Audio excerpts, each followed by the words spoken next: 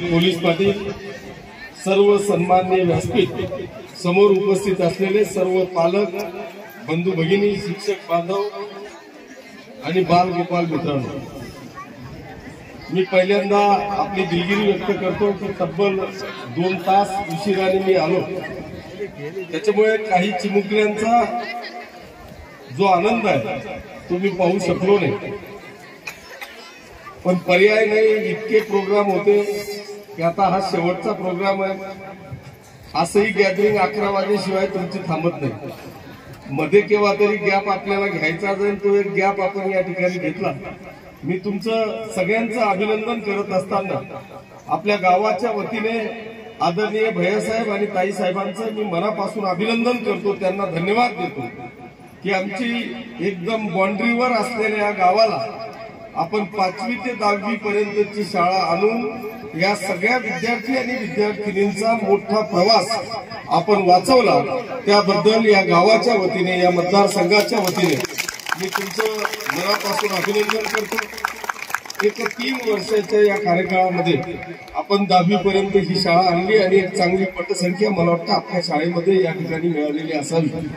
माझी विनंती आपल्याला अशी असणार आहे की आपण 10वी पर्यंत तो आला, तर आता 11वी पासून सिनियर कॉलेज पर्यंत या गावाला आपल्याला कशी शाळा आणता येईल आणि ती मान्यता आणल्याच्या नंतर 100% या विद्यार्थ्यांना या गावातून शिक्षणासाठी बाहेर जाण्याची आवश्यकता भासणार नाही।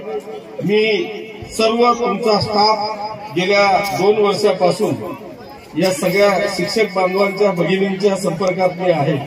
त्यांचं सगळ्या संस्थांवरचं त्यांचं असलेले सगळे विचार, त्यांनी घडवलेले विद्यार्थी, त्यांची डेव्हलपमेंट ही जर का पाहिली तर अतिशय कौतुकास्पद आहे, अभिनंदनास्पद आहे। त्याच्यामुळे त्यांचं सगळ्यांचं मी मनापासून अभिनंदन करतो, कौतुक करतो।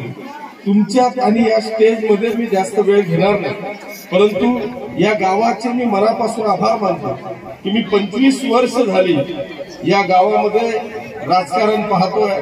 तात्यासाहेब 10 वर्ष होते आणि आता माझी 3री टर्म आहे, पण आजपर्यंत या सातगावनी आरो तात्यांपासून तर किशोरप्पांपर्यंत कधीही मायनस दिलं नाही। त्याबद्दल तुमचं सगळ्यांचं मी अभिनंदन करतो, आपल्याला धन्यवाद देतो। आणि म्हणूनच मी या गावाला या ठिकाणी दत्तक घेतलेलं आहे विकासाच्या दृष्टिकोनातून।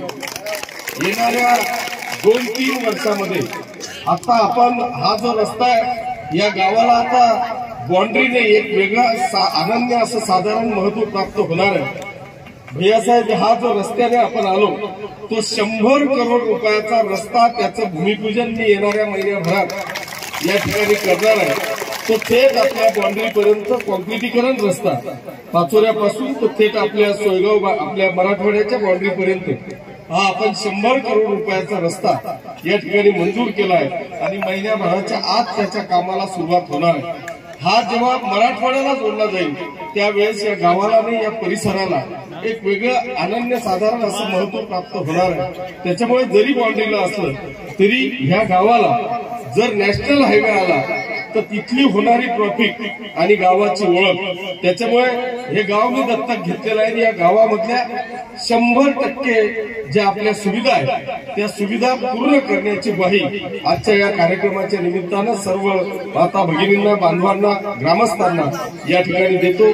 सर्व विद्यार्थी आणि विद्यार्थिनींना मनापासून शुभेच्छा देतो की एक चांगलं शिक्षणाचं दालन भैयासाहेबांच्या रूपाने या ठिकाणी उभं राहिलंय।